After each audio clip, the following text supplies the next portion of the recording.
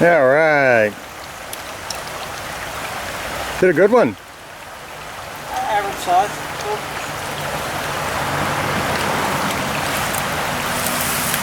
Like his first drift down through that run. Brownie or? It is a wild brownie. Hang on, we'll go up and take a look at this guy. Good job. Just getting down to the stream. Beautiful looking little wild brown, and that one's caught on the LFL pink pheasant tail nymph. Right in the corner of its mouth. I'll zoom in on that fly if you want. Still in there? Oh yeah, gorgeous fish. Let me get it off here, then I'm going to talk about the little leader setup I made last night. Beautiful little wild brown trout, and I'm going to show you real quick our leader setup, and I'm going to call this a quickie, this leader here. And the reason why is I was in a pinch last night, didn't have any leaders set up, and I needed a nymph leader. So what I did was I took one of our 7.5 foot Lively Legz leaders, I cut it down. It's a 4X leader, and if you look, it's tied in up here. So I have approximately, I'm 6'1", so a little bit less than about 5.5 feet of that 7.5 foot 4X leader, tied into about 18 inches of that's Cortland cider line. From that point on, I put a tippet ring, and the knots we're using are blood knots. So we have tapered leader, 5.5 foot, down to about 18 inches, tied in with the blood knot. That's Cortland cider line. After that cider line, you want to put your tippet, that 4X tippet, go into my first fly. It's our new purple copper john. I do about 16-18 inches off that fly, 5X tippet, and then I'm going to put my little trailer in it. Okay, I'm back in the shop this morning, enjoying a coffee. This is Benny P with Lively Legz Fly Fishing, and I want to go ahead and break down that leader system a little bit better for you. First thing you're going to need is, this is for the quickie leader. This is a tapered leader, Lively Legz, and if you look, that's a 7.5 foot 4X leader. The next thing you're going to need is, an indicator mono, or an indicator line. This one is one that I like to use. It's made by Cortland. This is solid colored, so if you look, that line right there, it's not translucent, and I'm going to have this out of the pack in a minute and you'll get to see it better. That's not translucent, that is a solid color, so my eyes pick that up better. Third thing you're going to need, that's your tippet rings. I don't know how well you can see them right on the end of this pin here. I have them on there, and you'll see in the video why they're on a pin. Other people put them on a snap swivel, or they'll come on a snap swivel, but mine came in a bag and I put them on a pin, and that's easier. That makes it a lot easier for tying them onto your line. And the last thing that you're going to need is a pair of scissors or something to snip your line. Okay, that's pretty much the rundown. I'm going to show you this rundown on the table now.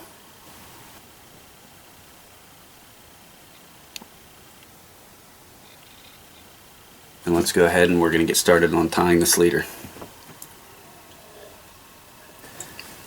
Okay, my first step is, after you get all your materials laid out, I'm going to go ahead and I'm going to open up my pack of leaders. This is a 2-pack. Hey, Shop Dog just came to visit. Let me show you a little Shop Dog real quick. This is Pose. It's a Lively Legz Shop Dog. She is a Jack Russell mix, and I think she has a little bit more hound than anything in her, but 5 months old, and she's replacing the old Tinky Winky, the old Shop Dog, and she's done a great job so far. So there's a quick look at the new Shop Dog. Put her back on her little shop bed. Nope, she's off. She's Jack Russell mix, so she's going to take off. So I have my 2-pack leaders. I'm going to go ahead and pull one out, and I'm going to tell you, when you get a packet of these tapered leaders, the first thing you want to do is, when you're out on the stream or you're in your little fishing room or wherever, you want to make sure that you put it in your left hand and you put it in your fingers, and you want to start unwrapping this. And you want to start with that thick end where your perfection loop is, and you want to keep a little bit of pressure on there, and you want to start wrapping that thick end, and it's sometimes wrapped around there 4, 5, 6 times. And once you get that unwrapped, you got to make sure, keep that little bit of pressure.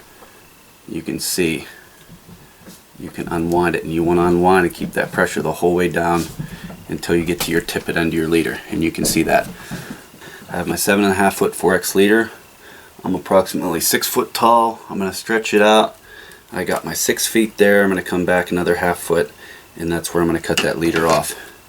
And that's going to give me approximately, and you'll see, it's going to be a 5.5 foot section, and that's what I want. So I'm going to put that off to the side. Okay, with your tapered leader cut down to 5.5 feet, next you want to get out your indicator mono. I'm going to place this on the table, and I'm not going to cut this yet. I'm going to take open end of my indicator mono, the end of my tapered leader that I just cut, and I'm going to form a blood knot here. If you're not familiar with a blood knot, I'm not going to do a video on a blood knot because Tightline Videos on YouTube does an absolutely excellent video on blood knots, and I'm not going to be able to do a better video than what they do with that blood knot. So at this point I'm going to tie my blood knot, and then we're going to continue on to the next step. One thing I will add about tying a blood knot, I have it almost clinched together there. You're going to want to add some kind of moisture to that. Usually people spit on the knot before you pull it tight just to make sure it seats well. And if you look, and I'm telling you, go to Tightline Videos and they will show you exactly how to tie that blood knot. You have a perfect blood knot, you want to make sure you pull it tight, and then you can cut these right against the knot there. These little tag ends, you can cut them pretty darn close. You don't want a lot of line sticking out there because it's going to catch your line on your cast. So there you have it. Okay, now's the time that you're going to want to cut your indicator mono, and this is something that you're going to have a personal preference on the more that you nymph fish. I like about 18-20 inches on mine. Some people are going to use a shorter little piece, some people are going to use a longer piece, but when you're nymph fishing, you want your eye to be able to catch this line, and you want to also use this line as your depth gauge. So I'm going to go with approximately 18-20 inches, and I am going to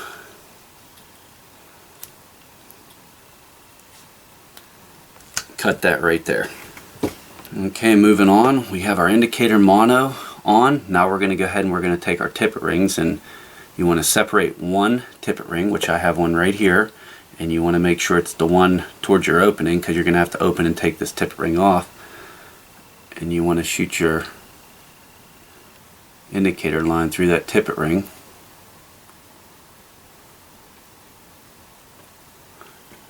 like so, and then you're going to want to tie your knot here. I'm going to tie a modified clinch knot. You might have a different knot that you prefer, but once again, if you want to see that knot tied, Tightline Videos does a much better job than I can do, and it's already on YouTube, so go ahead and watch that knot. But I'm going to go ahead and tie my modified clinch knot now. You got that knot down there. Make sure you get that knot good and tight before you take it off your pin or off your snap swivel. Get it good and tight because it's going to be hard to hold on to that little tippet ring with anything and tighten that knot up. So wet it down, moisturize that knot, lubricate it, and get it on there good.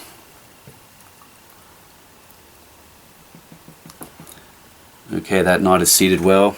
I'm going to go ahead and I'm just going to cut the tag in now, and then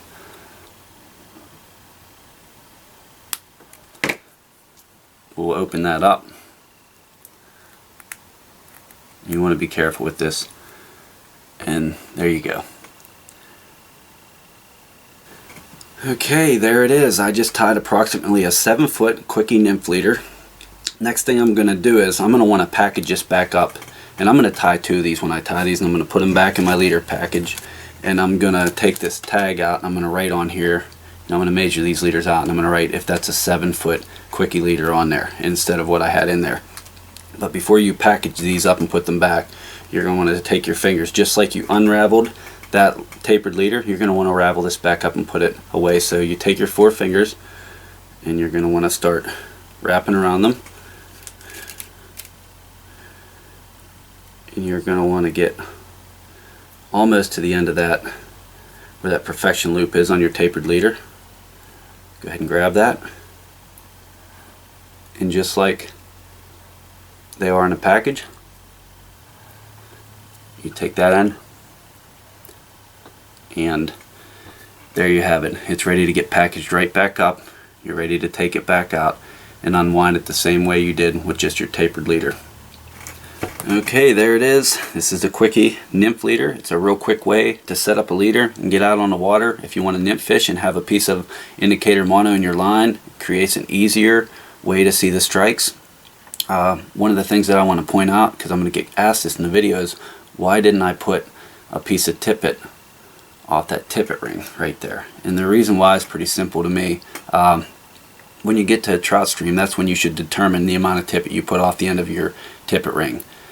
If I'm fishing a stream that's full of plunge pools that are approximately 3 feet deep, I'll put maybe a little bit more than 4 feet of tippet off the end of that, because you want your nymphs running across the bottom at all times, and you want your indicator mono up out of the water so you can see it. So when it pops or moves and you get a quick strike, I mean, you have to set the hook right then.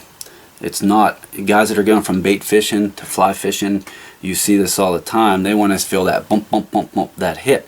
So a trout takes a fly and instantly it's going to taste, you know, feathers and rubber and glue and, you know, the metal of the hook, all the things that aren't natural to what food tastes like to them.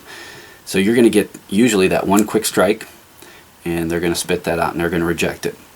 So you have to set the hook when you feel that or you see that. Opposed to when you're bait fishing and a trout grabs that bait and, you know, it tastes good, it feels good in their mouth, they're going to try to swallow it down, so you're going to get bump, bump, bump, bump, bump. You're going to get hit after hit after hit. And that's one of the different things that, you know, when you're transitioning from being a bait fisherman to a fly fisherman, you just can't wait and, you know, for that 4th or 5th hit to really set the hook. I know a lot of bait fishermen say, I'll wait till he really takes it. Fly fishing, you can't wait for that. When you're nymph fishing and that fish takes it, he's going to spit it out pretty quick. He's going to realize, you know, you take a bite of steak and it tastes like crap, you're going to spit it out of your mouth. That's what a trout's doing as well. So keep that in mind. A lot of guys are making a transition. They want to be fly fishermen and they bait fish their whole life. You know, don't keep a lot of sag in your line, because you're going to get that quick strike, and most fish aren't just going to take off and hook themselves. Even though that happens occasionally, they're going to taste that and they're going to spit it out. So you're not going to get bump, bump, bump, bump, bump like you're used to with bait fishing, so keep that in mind. So there's some tips. There's a quick leader setup. Try to keep it simple. If you have any questions, go ahead. Like I said before, if you want to see how the knots are tied, Tightline videos, they do a great job. They're on YouTube as well, and check their videos out because I think they're very informative and they're going to help people that are getting into the sport. Well, that'll wrap the video up. I hope you enjoyed it, and best of luck on the trout stream.